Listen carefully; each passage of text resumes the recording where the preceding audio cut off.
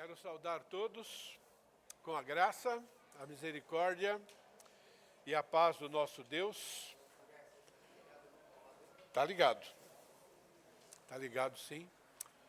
Muito bom ver vocês separando esse tempo para Deus. Nosso Deus merece a nossa devoção, merece que nós estejamos aqui para aprender mais dele, para que possamos andar com ele, aprendendo a depender exclusivamente dele. Vamos continuar a nossa série, a jornada de um herói da fé, aprendendo com Abraão. Antes de entrarmos na recapitulação, gostaria de orar. Querido Deus, mais uma vez queremos louvar o teu nome, reconhecer o teu amor para conosco, o teu cuidado diário, ó Pai querido, agradecer o privilégio que nós temos de poder abrir a tua palavra e, graças à ação do teu Santo Espírito, compreendê-la, ó Pai querido, e também com a ajuda desse mesmo Espírito, ó Pai, perseverar naquilo que estamos te agradando e aperfeiçoar, ó Pai querido, a nossa fé, a nossa confiança na tua palavra, ó Pai, mudando aquilo que ainda precisa ser mudado na nossa vida. Para isso pedimos, mais uma vez, a tua intervenção na nossa vida, ó Pai. Pedimos que o Senhor nos ajude a estarmos atentos, nos dê um coração de aprendiz, ó Pai querido, um coração que é motivado pelo desejo de te agradar, para a tua honra e para a tua glória. Pedimos isso em nome de Jesus. Amém. Estamos falando sobre ações de um cristão fiel, um cristão que anda com Deus diariamente, para que possa terminar a carreira cristã sendo fiel. Na semana passada, falamos, estou apertando aqui, mas não está virando aí, viu, irmão? Então me ajuda aí, tá bom? Falamos sobre a quarta ação de um herói da fé. Para sermos um cristão fiel, precisamos tornar a nossa fé visível, sendo uma testemunha viva da transformação que só o relacionamento com Deus pode realizar. E a gente vê isso na vida de Abraão. Está travado? Nós começamos a estudar Gênesis capítulo 22, nos ensina que Deus está provando a fé de Abraão. Deus aqui pede que Abraão sacrifique o seu filho. Está testando a lealdade de Abraão a ele, isso é a promessa que Deus fez. Nós vimos duas verdades sobre aqueles que andam com Deus. Heróis da fé são pessoas imperfeitas, mas demonstram pelas suas ações que a prioridade da vida é agradar a Deus. Por isso lutam contra os seus sentimentos, lutam contra a própria vontade para ser e dar bom testemunho.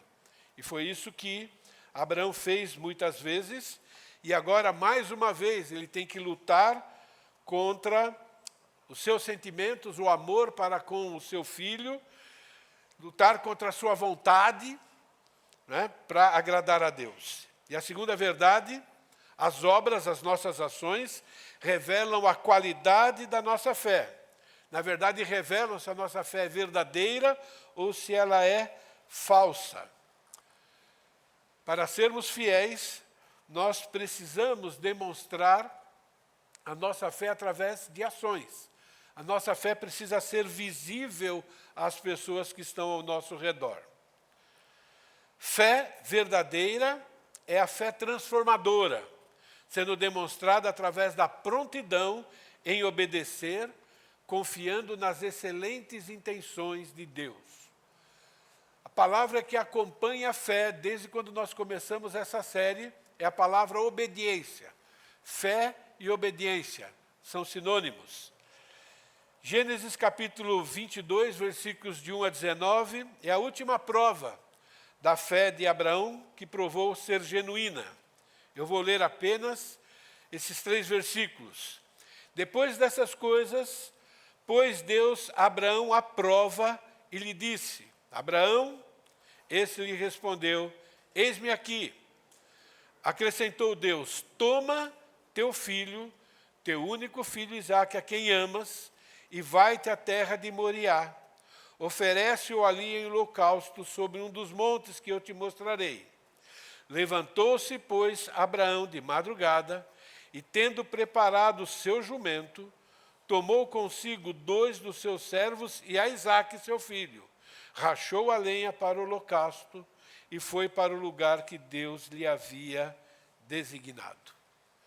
Nós vimos na semana passada que o Novo Testamento cita essa prontidão de Abraão em obedecer essa ordem como prova de verdadeira fé, prova de verdadeira devoção a Deus. Então, Gênesis nos prova isso. Pergunta: o que devemos fazer? Ou que tipo de obras ou ações revelam a fé verdadeira? A resposta está em Hebreus, capítulo 11. Hebreus é aquela lista daqueles homens e daquelas mulheres que deram bom testemunho.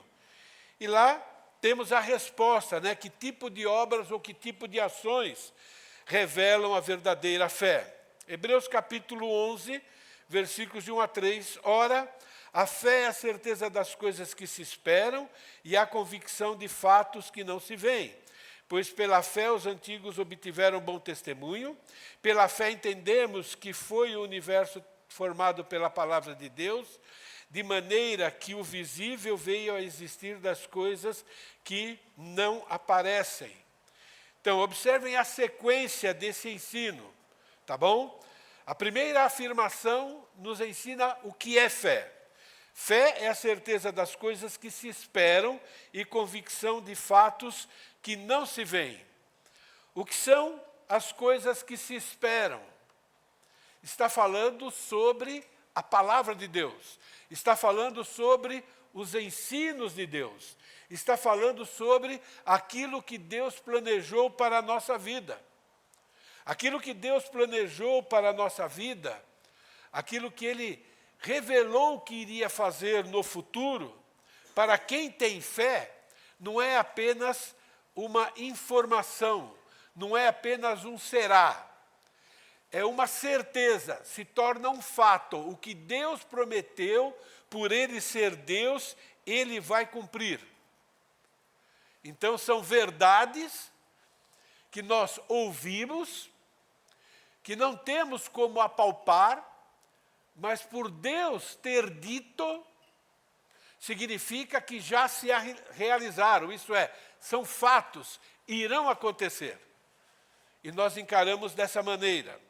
A segunda afirmação: pois pela fé os antigos obtiveram bom testemunho. Nós vimos na mensagem anterior, que eu falei sobre testemunho. Testemunho são ações de obediência à palavra de Deus. São ações baseadas nas promessas que Deus fez. Confiar nas instruções de Deus e agir conforme Deus quer que nós hajamos e está na sua palavra. Não é uma fé cega, é uma fé que confia em Deus, que confia que Deus que falou, Ele vai realizar. E a terceira afirmação é o primeiro exemplo de fé. Pela fé, entendemos que foi o universo formado pela palavra de Deus. Nós não estávamos lá quando tudo foi criado, Gênesis capítulo 1, mas nós recebemos essa verdade, e a Bíblia diz que os antigos também receberam essa verdade, e eles acreditaram que foi Deus que criou todas as coisas, e criou de que forma? Através da sua palavra. Então, pela fé, entendemos que o universo foi formado pela palavra, de maneira que o que é visível veio a existir das coisas que não aparecem. Então, lembra de novo, o que é fé. Fé é convicção de fatos que não se veem, ok? E convicção de fatos que se não veem. Então, a palavra de Deus diz, haja luz e houve luz. Nós não estávamos lá, mas a palavra de Deus criou isso. Essa mesma palavra que criou o universo tem várias outras promessas para nós, e nós confiamos nessa promessa, ou nessas promessas, e essa confiança é revelada através do quê? Da obediência em relação a essas promessas. Então, não é confiar em Deus naquilo que nós imaginamos, não é confiar em Deus naquilo que nós gostaríamos que Deus fizesse na nossa vida, é confiar em Deus naquilo que Ele falou que vai fazer. Por isso que nós precisamos interpretar a palavra de Deus de forma correta. Fé em Deus e no Deus da palavra. Então, as obras de fé é a obediência irrestrita a todas as instruções de Deus, de Gênesis até Apocalipse. Abraão tinha várias promessas, várias. E foi baseado nessas promessas que ele foi obedecendo às ordens de Deus. E Deus não deu nenhuma ordem para Moisés que ele cumprisse que não estivesse escrito. Ele tinha que obedecer aquilo que estava escrito. A nossa fé deve ser demonstrada através da obediência a Deus, confiando na sua palavra. Por isso, a fé bíblica ela não é cega. Ela confia no poder e no caráter soberano do único e verdadeiro Deus. É uma obediência que leva em conta o caráter. Deus é perfeito, Deus é santo, Ele não vai me pedir nada que vai me prejudicar, Ele não vai me pedir nada que é errado, Ele não vai me pedir nada que vai prejudicar uma outra pessoa, Ele não vai pedir nada que vai ofender a Ele ou outras pessoas. Mas Ele não é só em relação ao caráter, mas Ele também é um Deus de poder. Se Ele me dá uma ordem, Ele está dizendo que Ele vai garantir o resultado da obediência àquela ordem. Por isso que não é uma fé cega, mas leva em consideração quem é o nosso Deus. Por isso que Gênesis capítulo 22 começa com uma frase extremamente importante. Depois dessas coisas, pois Deus a fé de Abraão aprova. Depois dessas coisas, nós precisamos confiar que toda vez que a nossa fé estiver fraquejando, Deus está presente, pronto a nos socorrer e fortalecer a nossa confiança nele. Muito interessante. Depois dessas coisas, aparece na história do relacionamento de Abraão com Deus apenas 2 vezes. Deus faz um compromisso ou dá uma ordem para Abraão, em Gênesis capítulo 2, e depois disso nós temos a história desse relacionamento. Gênesis é a segunda vez que aparece essa expressão, depois dessas coisas. A primeira aparece em Gênesis capítulo 15, versículos de 1 a 6. Nessa segunda vez que nós estamos vendo que é Gênesis 22, Deus aparece para colocar a fé de Abraão à prova, para testar. Mas em Gênesis capítulo 15, não. Gênesis capítulo 15, Abraão ainda é mais novo na fé, né? E Deus aparece a Abraão para fortalecer a fé dele.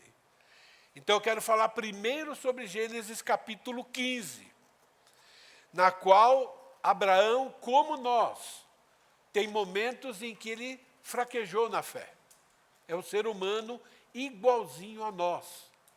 Há momentos que ele diz será, Há momentos que ele diz, será que Deus vai cumprir? Será que Deus está comigo? Gênesis capítulo 15, versículos de 1 a 6, olha como começa. Depois desses acontecimentos. Muito parecido com Gênesis 22. Gênesis 22, depois dessas coisas. Aqui, depois desses acontecimentos, veio a palavra do Senhor a Abraão numa visão e disse, não temas, Abraão, eu sou o teu escudo, o teu galardão será sobremodo grande. Respondeu Abraão, Senhor Deus, que me haverás de me dar se continuo sem filhos, e o herdeiro da minha casa é o Damasceno Eliezer? Disse mais Abraão, a mim não me concedeste descendência, e um servo nascido na minha casa será meu herdeiro.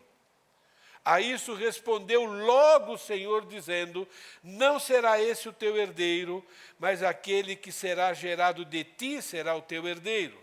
Então conduziu-o até fora e disse, olha para os céus, conta as estrelas, se é que podes. E lhe disse, será assim a tua posteridade. Ele creu no Senhor, e isso lhe foi imputado para justiça. Nesse capítulo, irmãos, Abraão está em crise e Deus o reanima.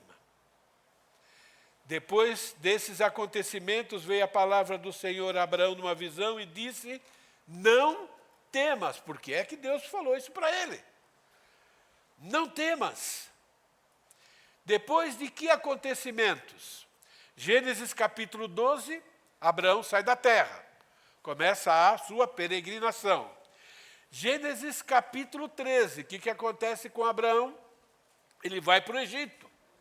Lá ele mente, com medo do faraó, ele mente a respeito do seu estado civil. O que acontece lá? Deus intervém. Deus aparece lá para o faraó, impede o faraó de ter Sara como uma das suas esposas, e Abraão agora está conhecendo Deus. Um Deus que está acompanhando, um Deus que sabe o que está acontecendo com ele. Um Deus que mesmo quando ele faz as coisas erradas, mesmo quando ele desconfia, um Deus que age em favor de Abraão, porque Deus fez uma promessa para Abraão. Gênesis capítulo 13 também acontece a separação entre Abraão e seu sobrinho Ló. E Abraão diz para o sobrinho, você pode escolher o lugar que você quer ir, mas nós temos que nos separar. E a gente sabe que Ló escolheu, ou achou que havia escolhido o melhor da terra, né? Mas ali Abraão revela fé, falou, pode escolher, porque agora eu sei que Deus está cuidando de mim. O que acontece também? Gênesis capítulo 14. Ló é levado cativo, agora Abraão vai guerrear contra vários reis, ele obtém vitória nessa guerra, aparece inclusive Melquisedeque. Então, depois dessas coisas, nós não sabemos quanto tempo depois, provavelmente, 10 anos depois, então Abraão agora está com 85 anos, ele começa a sua caminhada com Deus com 75 anos, quando a gente faz uma conta, mais ou menos isso, ok? Se passaram 10 anos, e agora Abraão está com medo. A Bíblia diz, Deus diz, não temas, porque é que você está com medo? Abraão está com medo em relação ao seu futuro. E agora Deus se apresenta para Abraão. Se apresenta como protetor e como recompensador. Não temas, eu sou o teu escudo. Eu sou aquele que está te protegendo. Você está esquecendo o que aconteceu lá no Egito? Você nem pediu a minha intervenção, pelo menos não aparece na Bíblia. Você ficou apavorado, você ficou olhando o que ia acontecer com Sara. Fica imaginando o coração de Abraão, né, naquela situação toda, né, Sara correndo o risco, né, de ser possuído por um outro homem. Dá para imaginar a cabeça de Abraão naquele momento, e Deus se revela a um descrente, né, para proteger Abraão, porque ele fez uma promessa para esse homem. Do mesmo jeito que Deus fez várias promessas para nós, que estão na sua palavra. E está dizendo, Abraão, enquanto você estiver caminhando aqui, eu vou ser o teu escudo. Enquanto nós estivermos caminhando aqui, no meio de um mundo injusto, Deus é o nosso escudo. Jesus morreu em nosso favor. Ele disse que aquele que começou a boa obra vai completar. Então Deus vai cuidar de nós. Ele nos defende, Ele nos protege, tanto de ataques humanos, como de ataques satânicos. Esse é o nosso Deus, Ele é o nosso escudo. Mas Deus se apresenta também como recompensador, como galardoador, como aquele que olha para a nossa fidelidade e, baseado na nossa fidelidade, teremos ou não recompensas que não tem nada a ver com a eternidade que já está garantido, porque isso é garantido pelo sacrifício de Jesus. Mas a nossa lealdade a Ele aqui está sendo anotada por Deus. E Ele promete nos recompensar quando somos fiéis, quando a nossa fé é testada. Cada obediência que nós fazemos por amor a Deus, há galardões. Então, Abraão aqui está em crise e Deus o reanima. Deus se importa com Abraão e aparece para reanimá-lo. Mas ele não está só com medo. Talvez, eu digo talvez, porque agora nós temos que imaginar o sentimento de Abraão, não é? Então, talvez Abraão esteja desanimando. Talvez até esteja duvidando que Deus vai cumprir a promessa de dar a ele filhos. E o que Deus faz? Deus relembra a promessa. É isso que Deus faz. Respondeu Abraão, Senhor Deus, que me haverás de dar? O que eu mais quero eu não tenho, é o que ele falou aqui. Se continuo sem filhos e o herdeiro da minha casa é o Damasceno Eliezer. E o que Deus faz? Chega aqui, Abraão, vamos sair lá fora da tenda. Né? Olha para os céus e conta as estrelas, se é que podes. Com certeza não é o céu de Campinas, ok? Mas quando a gente vê, né, o céu de algumas outras regiões, quem for para o Amazonas vai ver, parece que o céu é mais baixo, mas você consegue pegar assim as estrelas, entende?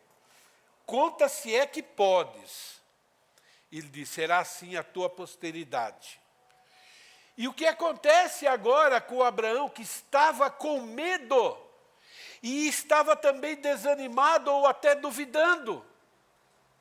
O fato de Deus estar falando com ele e apenas relembrando, Deus não mudou nada. Abraão continua lá sem filho. Ele creu no Senhor e mais uma vez aquilo foi lhe imputado como justiça. Obras de fé, confiança. Irmãos, Deus ama Abraão. Deus ama você também. Deus tem tanta gente para olhar, e desculpe, para se ocupar em cuidar, que a gente acha que não dá para cuidar de todo mundo. Mas você percebe aqui, né? Os olhos de Deus estão em Abraão.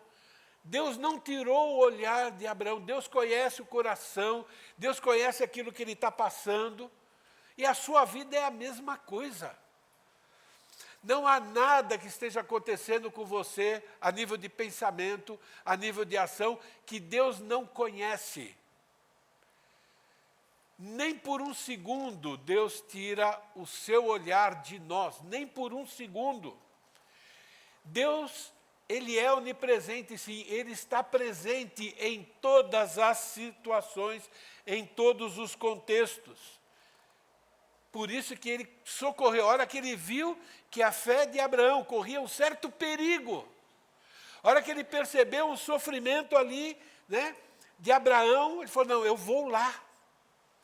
Eu vou cuidar, né, daquele que eu fiz uma promessa, daquele que decidiu andar comigo. E ele está lá conversando com Abraão, e a palavra de Deus diz que foi através de uma visão. E o que Deus faz? Só relembra algo que ele já havia prometido no passado. Irmãos, a Bíblia afirma que Deus nunca tira nem desvia a atenção dele sobre os seus filhos, nem sobre o descrente. A Bíblia diz que os olhos do Senhor estão sobre todos, mas de maneira muito especial sobre os seus filhos. Salmo 33, 18. Eis que os olhos do Senhor estão sobre os que os temem, sobre os que o esperam na sua misericórdia. Irmãos, isso aqui é uma promessa. Promessa do Deus, que é o Deus de verdade e o Deus da verdade. É uma promessa para nós.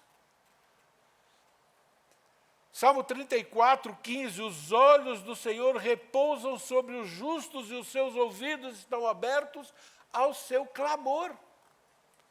1 Pedro, eu gosto de usar Antigo e Novo Testamento mostrando a unidade da Bíblia. Porque os olhos do Senhor repousam sobre os justos e os seus ouvidos estão abertos às suas súplicas. Mas o rosto do Senhor está contra aqueles que praticam males. Esse é o nosso Deus. Os olhos do Senhor aqui, irmãos, é uma figura de linguagem, nós sabemos disso, mas significa o quê? Que Deus está sempre ao nosso lado. E não é um Deus passivo. Ele está sempre agindo ativamente para o nosso bem, conforme Romanos 8 nos ensina. Todas as coisas cooperam para o bem. Mesmo quando você não percebe, mesmo quando você não sente, mesmo quando você não fica arrepiado, achando que Deus está lá, e aí você ficou arrepiado. Não precisa. É uma promessa dele. Você sentindo ou não sentindo, os olhos do Senhor estão lá. Isso é, ele é onipresente. E você é filho dele, se você fez uma decisão por Cristo, e ele está lá cuidando de você. Deus nunca se distrai, nem cochila, nem dorme. Eu quero ler o Salmo 121, salmo curtinho, não é? Mas fala sobre essa realidade, né, desse cuidado infalível e constante de Deus.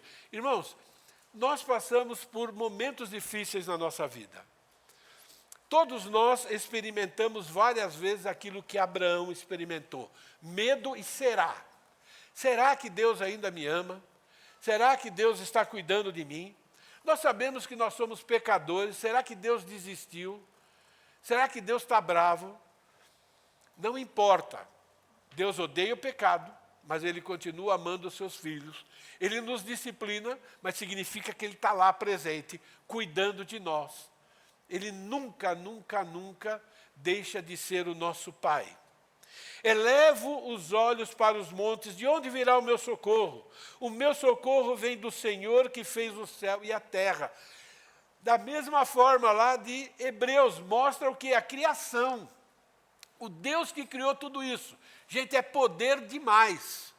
Criar tudo isso e manter tudo isso só baseado na sua palavra. É esse Deus, com esse poder, que está cuidando de você e está cuidando de mim.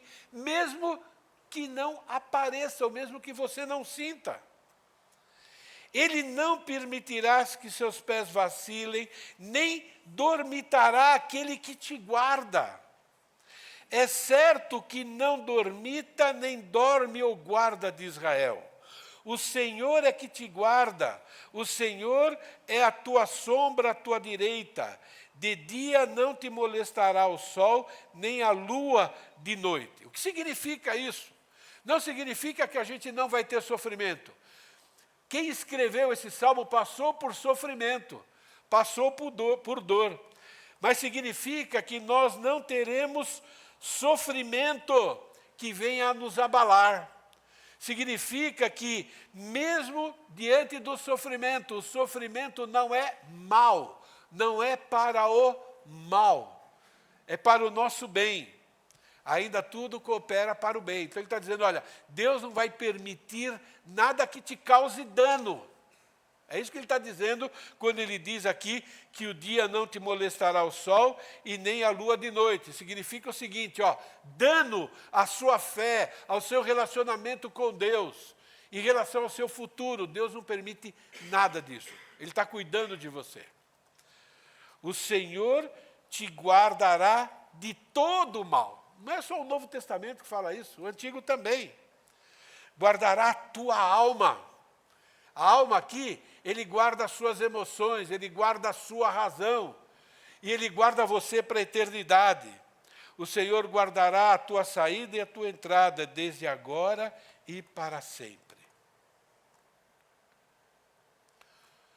Assim como Deus acompanhou Abraão, sabendo o que estava acontecendo no seu interior, sabendo do seu medo, sabendo da sua tristeza, sabendo da sua incerteza, Ele acompanha cada um dos seus filhos. Ele acompanha você, cuidando, protegendo, fortalecendo, preparando a recompensa pela sua fidelidade à palavra. Note, Gênesis capítulo 15, Deus está lá com Abraão, Abraão estava abalado, ele aparece para Abraão, mas ele não muda nada na vida de Abraão na questão prática. Ele só vai ter o filho anos depois. Ele simplesmente foi e renovou a promessa. Ele não antecipou o cumprimento da promessa, mas ele lembrou da promessa. Isso é muito importante, porque às vezes nós queremos que Deus faça as coisas no nosso tempo, do jeito que nós queremos. E quando as coisas não acontecem, nós achamos que são as pessoas ou as circunstâncias que estão impedindo daquilo acontecer. Não, não, é Deus. Deus controla pessoas, Deus controla circunstâncias, Deus controla crentes e descrentes. No tempo de Deus vai acontecer, mas até lá, Ele vai nos lembrando de quem Ele é, Ele nos lembra das suas promessas, e Ele diz, eu quero testar a sua fé. Quero saber se você confia em mim ou se você não confia.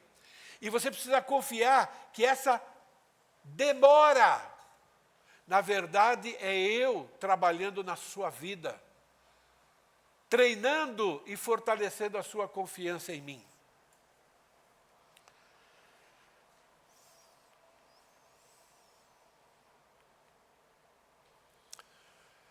Por mais que oremos, isso é muito importante, Deus não irá mudar seus planos. Não estou falando contra a oração, de jeito nenhum. Deus ordena que a gente ore o tempo todo. Mas o que eu quero dizer é que você não vai mudar Deus. Você não vai antecipar o que Deus tem para você. Ainda vai acontecer no tempo dEle. Isso é muito importante para nós, não é? Então, por mais que oremos, Deus não vai mudar os seus planos. Quando estivermos com medo, ou quando nós estivermos desanimados, ou quando estivermos ansiosos, Ele não vai mudar. Ele vai sim nos socorrer através da sua palavra, nos lembrando, nos relembrando, renovando as suas promessas. Gálatas, no Novo Testamento, é uma prova disso. E não nos cansemos de fazer o bem. O que é o bem? O bem são as obras da fé. O bem é a obediência a Deus em todas as suas instruções. Vida acadêmica, vida profissional, vida familiar, vida social. Nós temos ordens de Deus. E Ele está dizendo, obedeça. Obedecer é fazer o bem. Todo dia o Maurício manda para nós, né, orações que nós devemos fazer pelo nosso país. É só pela fé, gente, não é verdade? Porque Deus diz que nós temos que orar. Nós temos que orar por aqueles que estão nos representando lá, independente daquilo que acontece, ou que venha acontecer. Mas quando a gente ora, e a gente olha para a nossa vida, hoje, mesmo que estamos vivendo, né, nessa sociedade e num país, infelizmente, não é único, bem corrupto. Quando você começa a orar, você olha também o que está acontecendo com a sua vida e você não vê a bondade de Deus, o cuidado de Deus, a proteção de Deus. Você não vê isso. Né? Então, isso que acontece. E não nos cansemos de fazer o bem, porque ao seu tempo, é o tempo de Deus, ceifaremos, se não desfalecermos, se você não desanimar. Vai acontecer no tempo de Deus. Irmãos, quando a gente ora, lembrando do que Deus prometeu e sabendo que Ele vai cumprir, e naquele momento você lembra que esse é um Deus que vai cumprir no tempo certo, instantaneamente a gente começa a descansar, porque é a palavra dEle. De novo, talvez a fé de Abraão estivesse desfalecendo por causa da demora. Deus o fortalece relembrando a promessa. Essa promessa foi cumprida anos depois, mais de 10 anos depois. Ele começou com 75. Eu coloquei aqui mais ou menos 85 anos. E ele teve filho com quantos anos? Com 100. Olha quanto tempo ainda para frente. Entende? Mas não apareceu de novo. Depois desses acontecimentos, Deus aparecendo para Abraão, porque Abraão estava com medo. Não. Só aparece em Gênesis capítulo 22. Promessa já cumprida e agora teste difícil. E a gente vai falar sobre isso a semana que vem. Não é? O resultado é que, quando a gente ouve Deus, quando a gente vai para a palavra de Deus, quando a gente faz aquilo que Pedro nos instrui, que nos foi dada todas as coisas para a vida e a piedade, que são as promessas de Deus.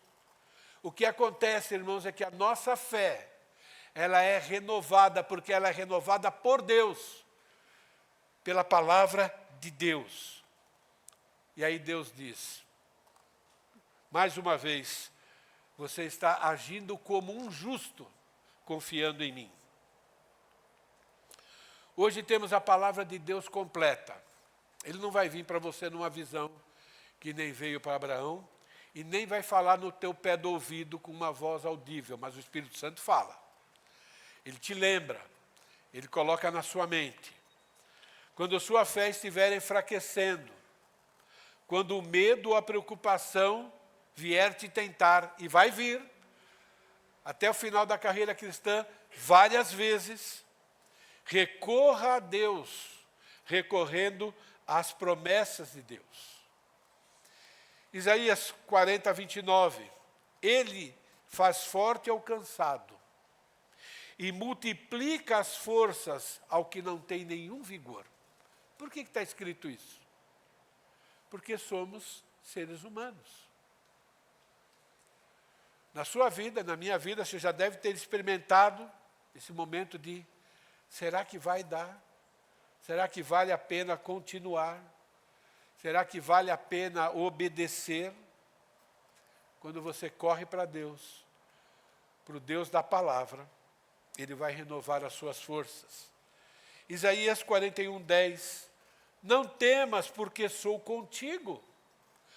Não te assombres, porque eu sou o teu Deus. Irmãos, o nosso Deus é o nosso Deus particular. Né? É aquele Deus que Ele está à sua disposição. É interessante isso, né?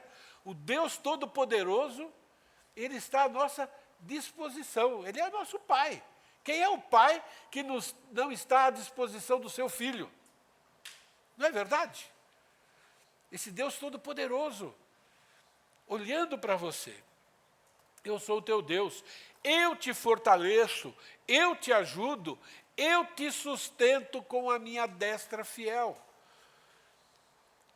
Eu costumo dizer, Deus é forte, Deus não tem mão.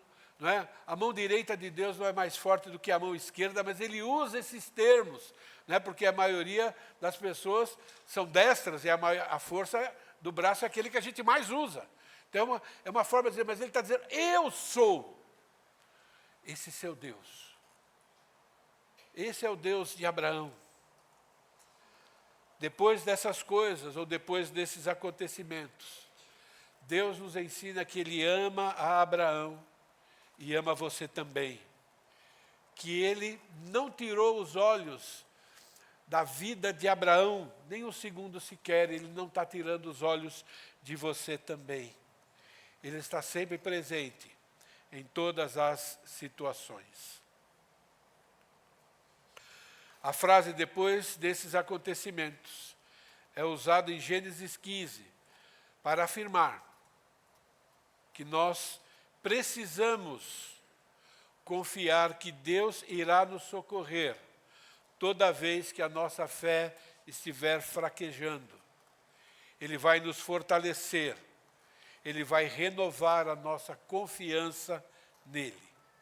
Essa é a quinta ação que nós devemos ter e manter para sermos fiéis a Deus.